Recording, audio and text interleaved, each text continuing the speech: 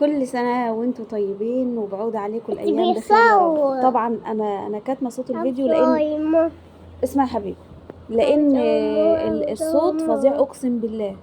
طبعا هنا كنا في الملاهي والنادي وروقنا على الأساتذة دول وعيدنا عليهم طبعا عيد حلو زي ما هم عايزين. وهسيبكم بقى ايه يعني تستمتعوا معايا طبعا انا يعني بصوا منظر رهيب خطير بصراحة. طبعا انا روقت عليهم وروقت كمان على نفسي. قول لهم كل سنه وانتم طيبين. ده عد صباعه. طبعا المنظر خطير اقسم بالله.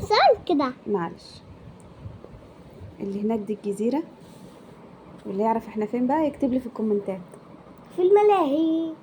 لا المكان هنا طبعا عشق العشق. بلو بيف على رأي الليمبي.